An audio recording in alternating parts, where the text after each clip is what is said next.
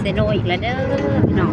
มาส่งเอ้ยพี่น้องนี่เองเพิ่นกับเมื่อบ้านขี่รถโดยสารเมื่อน้องพี่น้องมากับเจพรคือเก่าขี่นะรถไฟฟ้าเจพรมาพี่น้องเด็ดเด้อพี่น้องเซโนบ่มีผลเนาะ สิได้บ่ นี่แล้วจอดนี่ละจ้าคันจ้องเขาจัดไปเฮ้ยน่ะ เฮ้ยเขาคิ้วค่ะเขาคิ้วแหน่เลยเนาะ มาพี่น้องเขาคิวคักเขาคิวแน่ว่าปลาพรว่าสัน ใจขอบใจ เด็ดเด้อพี่น้องบ่ปลาพรรถเขาได้สับปลาพร ตัวหาก็ดอกไม่ยาดอกไล่เรียนมาจากสวรรค์ บ่เบิ่งเด้อค่อยไปค่อยมาเด้อปลาพร ขอบใจเดินทาง ขอบใจเจ๊พรเดินทางมาไปขอบใจเจ๊พรผู้แล้วผูกเจ๊พรพามา แค่รถยางแค่มันคือจะแขกมาแต่ไกลเลยบ่ดิ บ่ดงเห็นเพราะ โอ้มาจาก บ่ได้ไกลบ่ได้แมน อ๋อจะมาแต่แขก บ่ แขกนี่เนาะโอ้มันได้จะ มาพี่น้องมาบ่ได้ส่งฮอดรถเด้อปลาพรเด้อไปเอง ใช้นี่เมื่อใช้บ่ดิพอดกับตัวลงเห็นบ่หรือว่าเขาไปบ้านคนพางหรือว่าเขาไปบ้านห่วยบ้านเนี่ย มาได้ถึงว่ามาฮอดคิวเนาะพี่น้องคิวเซน แล้ว เนาะ ว่าจะ พี่น้อง เห็นแล้วลงจะลงเห็นหัน มานี่พากันมาฮอดคิวเซโนนี่มากับเจพรบรรยากาศก็คือแบบแดดเด้อทุกคนเด้อแดดแฮงไปกับเจพรนะพี่น้อง คอยมาเด้อ เจ้าวันนี้ก็พากันไปขี่รถเลาะพากันขี่รถเลาะเนาะพี่น้องมาต่างมาส่งปลาพร คนคนไหนดิ เด้ทางมาข้างมาแม่น เรามา หน้ายาวอันนี้นะ คอยได้ยินแต่ซื่อ โดย บ่เห็นหน้า เห็นหน้า ได้ผัวแล้วบ่นี่ ยัง ยังโสด ยังโสดอยู่ คือกันเลย เจอน้องไผ่ก็เห็นแล้วน้องไผ่ ขัดตื้อกันเลยมาลงเจ้าโทษลงไปสิเอาลงก่อนเด้อ วันนี้ก็สิเป็นสามแยกเนาะพี่น้องมาหอดตลาดเซโนพี่น้องวันนี้ก็สิพากันเลาะเมียยังบ่มีบ่เจ้า คอยตามหาเจ้าตั้งแต่ที่ใดแล้วว่าน้องพ่อ เมียบ่มากกับแป้ว่าเมียบ่มี บ่มีนะเมียก็ยังบ่มีคนไปคนมาได้น้องล่ะให้มันสิดังเอง โดย เดี๋ยวหลังเดี๋ยวทางหน้าแล้วพ่อ FC เซลสะพรเนาะพี่น้องพากันมาหอดคิวตลาดเซโนเนาะพี่น้องถ้าเบิ่งซุปเปอร์สิพากันไปหอดใส่กันยังบ่ฮู้มันแดดเนาะสะพรเนาะมันคือคิวตลาดเซโนพี่น้องเจ็บติว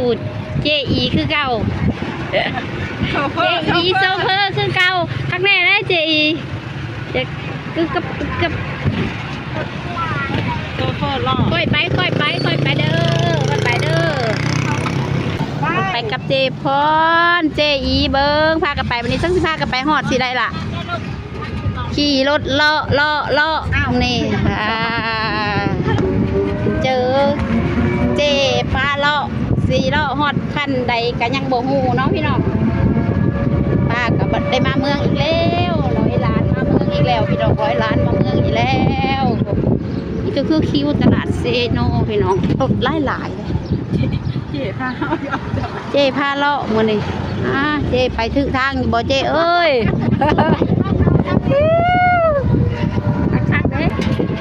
ป้าก็ได้มาเห็นในเมืองน้ำเขาอีกแล้วไปตามขั้นตอนได้เฮ้ยเด้อเขาสิไปเวียงจันทร์เลย โง่ไปทำคุณจะโง่มาพี่ได้โง่ไปทำคุณแล้วจะโง่มาสั่นมาสิยอดช้อนค่ะ เนี่ยนะบอก พูดออกไปนั่งรถท้องแถวพูดเวียนนี่ฉันลูกช้อนมันสี่พอลูกช้อนสี่ แม่ไปเข้าเราเคยไปผมบ้านพี่น้องถือว่าพากันไปหาโลกน้องพี่น้องไม่ได้จักที่บ้านกันไทยอีสานแหละบรรยากาศก็มีแดดมีมืดโอ้ยปีงไก่เซโนก็จะแม่นหลายสักคนเลยเนี่ยเห็นคนนะเซโนพี่น้องเซโนมีแต่ปีงไก่ใหญ่คนเด้อมาหอดเซโนมีแต่ปีงไก่เด้อพี่น้องเจอ3 ล้อสะพรคาลุยมือนี่สิพากันไปเข้าใจค้ากายตลาดปิ้งไก่ไปแล้วพี่น้องเห็นปิ้งไก่ลำลายแม่ป้าไหลก็สิกินข้าวแซ่บเนี่ยเห็นปิ้งบักใหญ่เนาะขับขี่รถเลาะลูกสาวสิพาเลาะทางไปสวรรค์เนาะพี่น้องนั่นเพื่อนจะพากันไปหาโลกอ่านไปใส่ สึกได้ก็รุ่นกายแล้วอันนี้กายแล้วอ่ะจันดาวงามลงไปดูงามไม่ในเมืองแต่อ่อนความสวยความงามแม่นอันนี้บ่เฮ้ยนี่นะนี่แม่นบ่ลองถามมึงดูค่ะลองถามมึงดูค่ะ บ่แม่นห้านขายเผือห้านขายเผือจ้าห้านขายเผือจ้าห้านขายเผือห้านขายเผืองานพิคอนงานพิคอนหน้าพิคอนว่าสั้นอันนี้ได้สั้นเนาะพากันมาในเมืองเล็บคือหอดพี่ว่ารถเมล์เข้ารถเมล์เข้าคือมาหอดพี่อีกคันนึงแล้วจะถามสาวอันนี้นะอะไรรุ่นโมเมนต์เราก็เอาเครื่องเซลล์บ่ยากไปบึงดูพี่รถไปดูเด้อันอะไร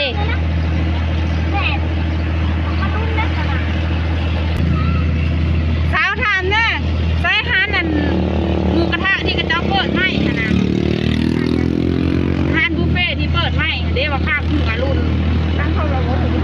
บอกอยู่ว่าอยู่หน้านิคอนมีบ่เห็นเอาลงอยู่พูดนี่เนาะใจกับใจล่ะป่า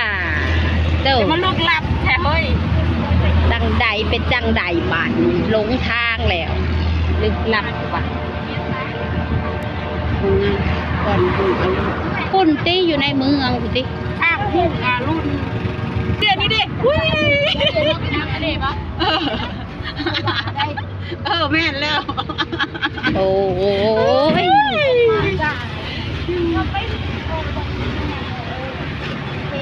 ตกลงว่าแม่นอันนี้บอกใครเคยมานี่เคยถามเจ้านี่ใครเคยมาเห็นพดเอาลงนำ YouTube ไป Facebook เห็นพดเอาลง Facebook ร้านเปิดให้อยู่หน้านิคอนมาพี่น้องหลังจากกินข้าวอิ่มแล้วก็สะพอนเพิ่นสิมาซื้อห่วงยางว่ะบรรยากาศมื้อนี้ก็แดดฮ้อนเนาะพี่น้องแม่ป้าใส่กรุ๊ปอันนี้บ่ว่าขี่รถมันบ่มีหลังคาเด้พี่น้องเต็มพร้อมปีใหม่ว่าซั่นสะพอนเพิ่นสิซื้อห่วงยางเลยซื้ออ่างอาบน้ำให้ไปเข้าบ่เจพรนี่เนาะอันนี้เขาเป็นเลิกเปิ่งอยู่ในพี่น้องป้ามาเซโนกับสะพอนเด้อพี่น้องหลังจากกินข้าวกินน้ำแล้วก็พากันสิเพิ่นว่าไปเลาะตลาดแรงเพิ่นว่ายังบ่ทันได้ฮอดพี่น้องมานี่จักเพิ่นสิครับเพิ่นว่ามาหาซื้อห่วงยางซะก่อนเตรียมปีใหม่ว่าซั่นแดดก็แดดมื้อนี้เจพรเพิ่นสิเอาอีสานจักย่างจักอ่านบ่เจพร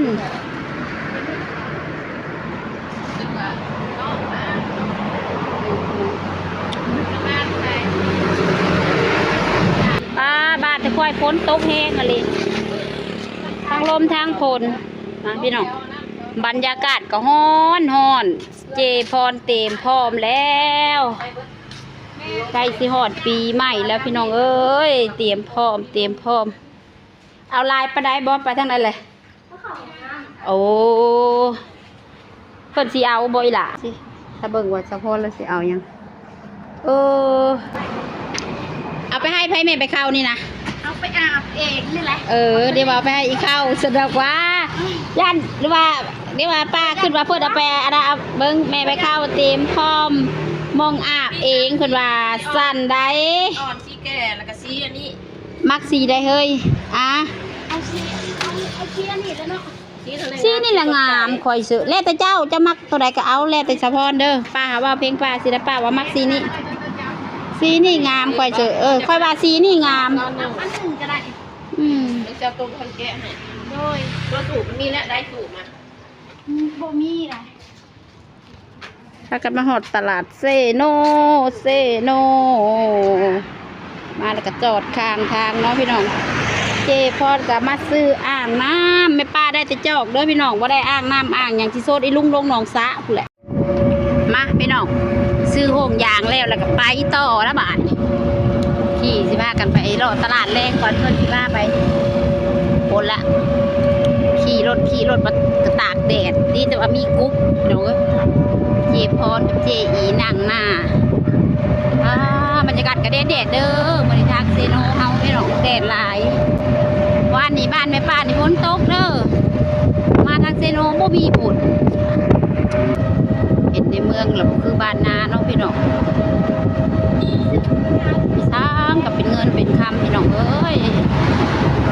คืออยู่ให้อยู่นาเฮาเห็นอย่างก็สวยสดงดงามต้องรถล่างอาหารนะแหล่บุญวัน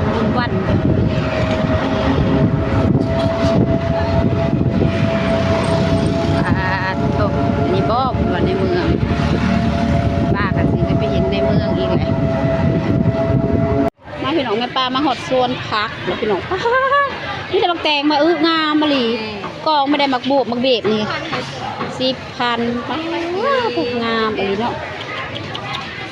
ของเรานี่ก็งาม10บ่ของเจ้านี่ก็นี่เอาตัวนี้งามมาหลีมาพี่น้องแม่ป้ามาหดมักบวบพี่น้องเห็นมักบวบนะอยากซื้ออีกโดยอีกจังน้อยอันนี้ก็ปลูกกินเองดอกอันนี้ต้องเสียเงินไปก่อนมันป้าสิมีเงินจ่ายเพิ่นบ่เจพรเพิ่นได้ละบ่อาหารทะเลไปตาสะอ่อนบักบุกเนาะงามอะไรงามอะไรเก็บใหม่เลยเนาะ10,000กับบักหลายป้าสิเอาหอดเช้าผู้มันสะอ่อนงามอะไรอันนี้ก็โอเคอยู่บ่มันนั้นมันโค้งซื้อเอาโลดอีหล่ะสิเหมาบักบวกก็พี่น้องมาห่อนะเอาใบนี้ให้อีหล่ะเอาใบนี้ให้เอาใบนั้นมาใบว่า5สิเอามาใส่ตู้ไว้นะขอบใจพี่น้องตลาดเซโนมีแต่งามวัดสันโอ้เจพรเพิ่นเมาอาหารทะเลแล้วเพิ่นว่าก็ได้อีสังเด้มากินซื้อระบอสเพิ่นมาซื้อระบอว่าซื้ออันปลาหมึกซื้อระบอเดี๋ยวน้องกุ้งก็มีแต่กุ้งงามโอ้ห้าง100ตลาดแรงเซโนมีแต่เขาเมาเช้าหาอะไรให้เช้าพันก็ได้FC บอยป้ากินมาเลยล่ะอันนี้เอาเมื่ออันนั้นซื้อนี่ซื้อหมูเมาหมูเขาบ่เลย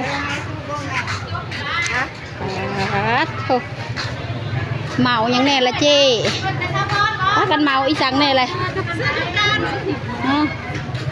เมาอย่างแน่เลยขายแบบได้มะพร้าวนะเอาอะไรแหละเอาน้ำพอไปนั่งกินจังน้อยนี่เอาเลยโดยเอาหน่วยชิ้นใหญ่ๆเน่บุปลาก็มักของใหญ่เนี่ยได้อีลามักใหญ่ๆเน่ให้ป้าหน่ายป้าเห็นโดยโดยเบิ้งแม่ค้ากันติกาปั้นกระจัดให้เราเด้อพี่น้องป้าจังแม่นว่าใจดีขนาดเลยป้าเอาอีล่ะอันนี้ก็โล25บ่อีล่ะหวานอยู่บ่ล่ะประกันแซ่บมาเกี่ยงนะโอ้เอาให้อีป้าเนี่ยป้าล่ะป้าโล1เนาะเลยมาพี่น้องแม่ป้าก็คิดอยากเอามาเกี่ยงเมื่อตอนอีลุงเห็นแล้วจ่อยแหงแล้วว่าโล25ว่ะโดยโอ้ยบลุบบละกันบลก็5,000จ้าเบิ้งพี่น้องแม่ป้าซื้อมาเกี่ยงซื้อมะพร้าวเมื่อตอนอีลุงพี่น้องนี่ก็คือตลาดเซโนเนาะพี่น้องว่าได้พากันมาเลาะเฮงแล้วก็แม่ไปข้าวปูจะเพิ่นจัดไปทางนั้นจักพากันได้อีสังเลาะตลาดมาแล้วก็ห้อนแห้งมาซื้อน้ำกระเพนมเด้อพี่น้องบ่ไหวอากาศห้อนเซโนพี่น้องแม่ป้ามากับสาวพรเนาะพี่น้องเนาะป้าสิพากันเมื่อแล้วเจ้เพิ่นยังกำลังมาได้เพียงในเจ้เอ้ยครบทีมหรือบ่เจ้กินบ่เฮ้ยน้ำเนี่ยเจ้าอยากกินนะน้ำอีสังอันนี้นะน้ำนี่นะเฮ้ยสีนี่นะกินบ่สีอีสังนี่นะแตะอันนี้นะสีชมพูบ่มากินหรือสีใดอีนายเดี๋ยวมาเลยเอาให้ในลาทงหนึ่งมาเห็นมันห้อนแห้งพากันไปเลาะตลาดบ่ไว้โอกาสขี่รถก็บ่ได้มีหลังคาพากันใส่กุ๊บโอ้โหจะไปอยากเว้ามาพี่น้องค่ะเมื่อเต็มรถไปจักของเพิ่นของโตอุปึกพากันมา4 คนเด้อพี่น้อง5 คนตะปาพรแต่เราเมื่อไปแล้วนี่เขาแม่ไปเข้านี่เราอัดเป็นกระปิดโคนแล้วตอนซื้อเมื่อตอนผูกอันอีไหนนี่ แต่ว่าไอ้ป้าได้ไม่ได้อีสักหรอกได้ผักส้มมาตอนไอ้ลุงเห็นไอ้ลุงละตุ้ยเพิ่งก็เลยซื้อผักส้มมาตอนเรานี่กับผ้ากันเมื่อแล้วพี่น้องเมื่อแล้วออกจากซีโนเลยเด้อพี่น้องป้ากันใส่กุ๊บประมาณนี้เป็นตัวเนาะมีหลังคานะนี่จะว่ามาแต่ผู้ใหญ่บรรยากาศแบบว่ามันเด็ดเองก็เด็ดทั้งเด็ดป้าพี่น้องเห็นบ่ดอกคูณงามแล้วพี่น้องใกล้สิฮอดปีใหม่เลยดอกคูณก็เลยบานงามงามบ้านใดเมืองใดก็งามหมดเขียวสดงดงามป้าผักเลยบ่ดอกจำปากับบานอันนั้นก็งามไอ้พากันมากับทีมงานพากันใส่กุ๊บเพิ่นแล้วก็ใส่กุ๊บเสร็จก็เอาเด็ดแต่ว่าใส่กันใส่กุ๊บฟ้าดอกกะเหล่ากับบานงามแล้วพี่น้องนะดอกกะเหล่าบานเฮาได้พี่น้องถ้าว่าบานไปปากกระดกกะเหล่าเนาะพี่น้องไม่ว่าอันนั้นนะเดินพกเล่นกระเก่าสึได้สิตกกาอะไรเห็นดอกกะเหล่าที่ผมงามทางก็ได้บ้านน้ำมุกเรื่องนึงไปป่าก็ได้เข้าเมืองเข้านาน้ำบ้านน้ำเมืองเก่าอยู่แต่ตรงให้ตรงหน้าแล้วไปวันนี้ลุงก็ไปเบี้ยไปป้าก็มา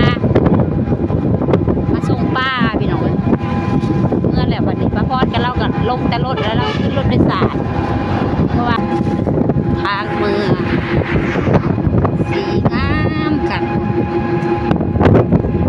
เมื่อแล้วจากซิโนเมื่อบ้านวังเบิ่งว่าอันเบ็ดมันสิโหดเพราะเราพี่น้องขากับเมื่อมันสิเบิดก็ยังบอกดอกมะกุ๊กงามงามดอกมะกุ๊กค่ะพี่น้องเนาะก็บ่ต้องคิดอย่างไรเนาะพี่น้องเนาะเอาโบหักโบมีหรือว่าโบมีหรือว่าข้าวน้องแล้วอยู่ดีบางทีก็คือเราได้เป็นดีเป็นเสียงหมู่เพิ่นสวยเพิ่นงามก็ว่าสนามพี่น้องสนามอีป้ากับบ่ได้หาเงินไปสุดจะดินเลยทางเมื่อบ้านไปป้าทางเมื่อบ้าน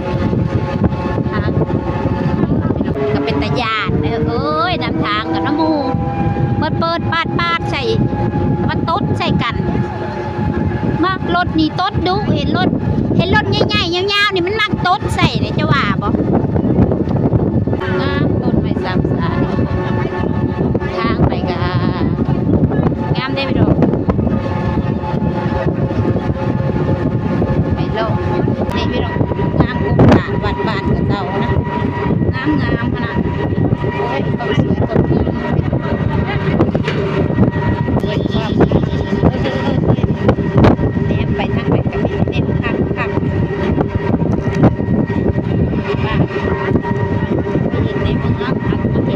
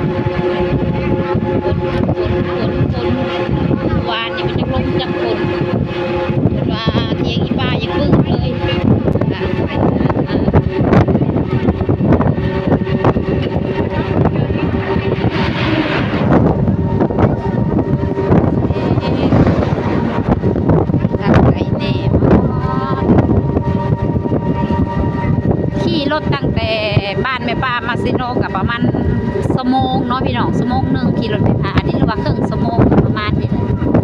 หอดชั่วโมงค่ะกับบ่ไกลไปได้พี่น้องเอ้ยถ้าก็เอารถไฟฟ้าดิไป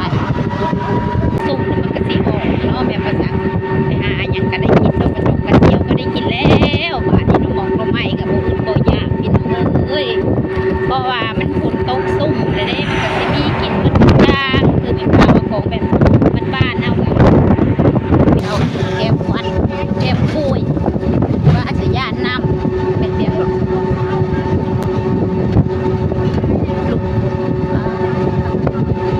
ทางไปเดินทางไปเส้นวิ่งไปนี่แต่รถใหญ่มากเลยย่านมันโต๊ดใส่ว่าแม่นยังเห็นรถใหญ่น้ำใดบ่ได้ขึ้นย่านอย่างเราย่านมันโต๊ดใส่สากรถน้ำลาวเราก็บ่เอาเงินเราคือใจดีแท้ขอมกขอบใจหลายๆได้ไม่ใหญ่เด้อค้าขายร่ำรวยเด้อสะแลคอยเด้อมันสิถูนี่น้อยหนึ่งนี่เธอถอยหล้างจ้าถอยถอยหยุดก่อนมาลงก่อนจะพาขับไปหมดก่อนนะยับเอาก็ได้ขนาดรถเบิดเนาะพากับยูเอาบาทนี่แม่ไปเข้าไปค้นขึ้น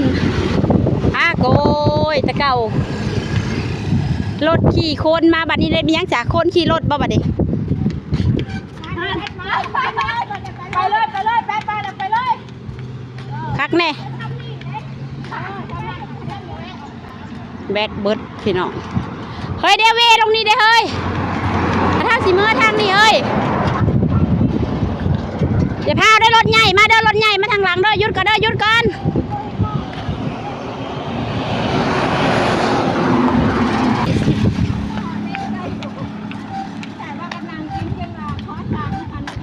พัดเบาๆเนาะนำกันเบิดนั่นละอย่าว่ารถแบดเบิดพี่น้องพันเด้แม่ไปเข้า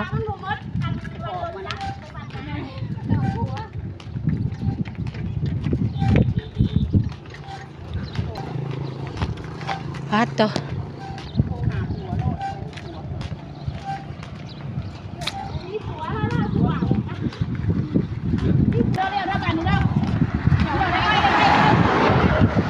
เร็วมา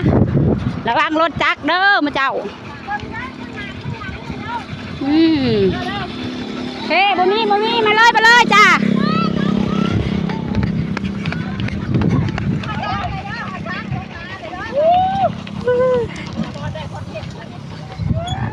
ถ้ากันมาแต่เซโนเด้อพี่น้องรถแซ่บชอบคนเก่งกะลีเป็นกัดเฮ้ย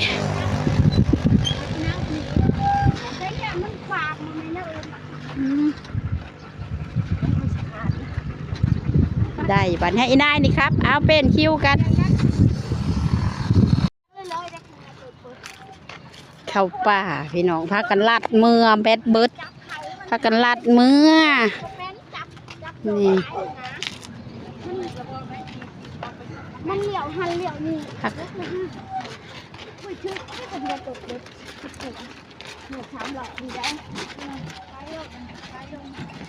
ขอเศร้าเมื่อยก็ได้ตีทางลัดก็คือมีแต่ขี้ตุ่มเบิกแม่ไปเข้าลงไปลุยท่าเลยว้าโตแบดเบิร์ดมาแต่เซโนสวรรค์แล้วก็ประจอดนั้นสั่งเลยโอ้ยมันขำแล้วว่าสิสุกเอาแล้วก็พากันจะได้ขอเด้พี่น้องเขามาหลายคนอยู่คอแห้งนะยูซอยแน่มีก้อนป้าพี่น้องทางไปเบิ่งเนาะกูจะเป็นลมแล้วยูตั้งแต่อนาภูบ้านแบดเบิร์ดพากันมาแต่แกเกิบมาพี่น้องไม่ปากกะหาเพิ่งพี่น้องนี่แหละพี่น้องน้องกันอยู่บ้านคำเตยเนาะพี่น้องเพิ่นกะอีป้ามาแต่เซโนพี่น้องมาแบดเบิร์ดกับแม่ไปเข้าถ่ายเบิร์ดทุกคนขอบใจเด้อพี่น้องลูกป้าลูกลุงกันเองเด้อพี่น้องบ่แม่นผู้อื่นเขาเจ้าสิมาสุกสั้นจะบ่ไหวดอกเนาะเนาะเฮ้ยเจ้าใครได้นายนี่จัดไปจอดขึ้นอีเด้ออีบ่เป็นเจ้าที่เข้าไปทันบ่ได้บ่เข้าไปใช้นี่น่ะแม่นแต่ไกลนั่นแหละ มีทางเข้าเลยมีทางออกบ่เลยมีทางออกบ่เลยว้าตรงนี้ยูกลับได้บาทนี่ นี่อยู่หมู่นี่ โอ้ยูกลับจะได้มีทางเว้นอยู่ว่ะ อยู่ได้อยู่จ้าข้าช่องแล้ว โอ้น้าจะให้มันค่ำแหละเมื่อยเด้ป๊า ให้ลุงพันธุ์แนลมาดึงก็ดู ไปเจาะน้ำแล้วไปอยู่ ใครอยู่เพื่อนน่ะ มีแต่ใครอีจุนอยู่ ใช่ ดึงได้บ่ ไปยุ่ง ไป เข้มน้องให้รถ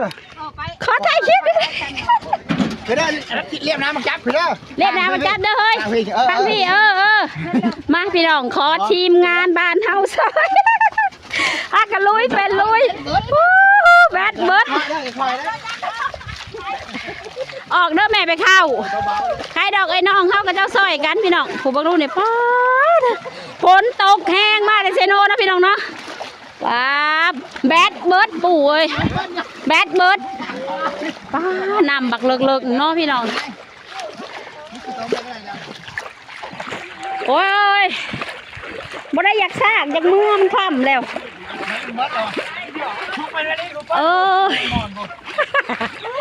ได้ย้อนข้าเจ้าด้วยพี่น้องป้าฝนกระตกแม่ไปเข้าโอ้ยฝนตกแล้วเจ็ดบาทนี่ป้ามาฝนตกแห้งเด้อพี่น้องรถกระแบดเบิร์ดบาทนี่อีป้ากับแม่ไปเข้าก็พยายามว่าพื้นเลยบาทนี่ขอบใจละลายเด้อขอบใจนะขอบใจละลายของมอขอบใจละลายทีมงานแม่ไปเข้าขึ้นเลย แม่ไปเข้าขึ้นไปเจ้าปี ไปเป็นมาพี่น้องเมื่อพ้นตกแล้วพี่น้อง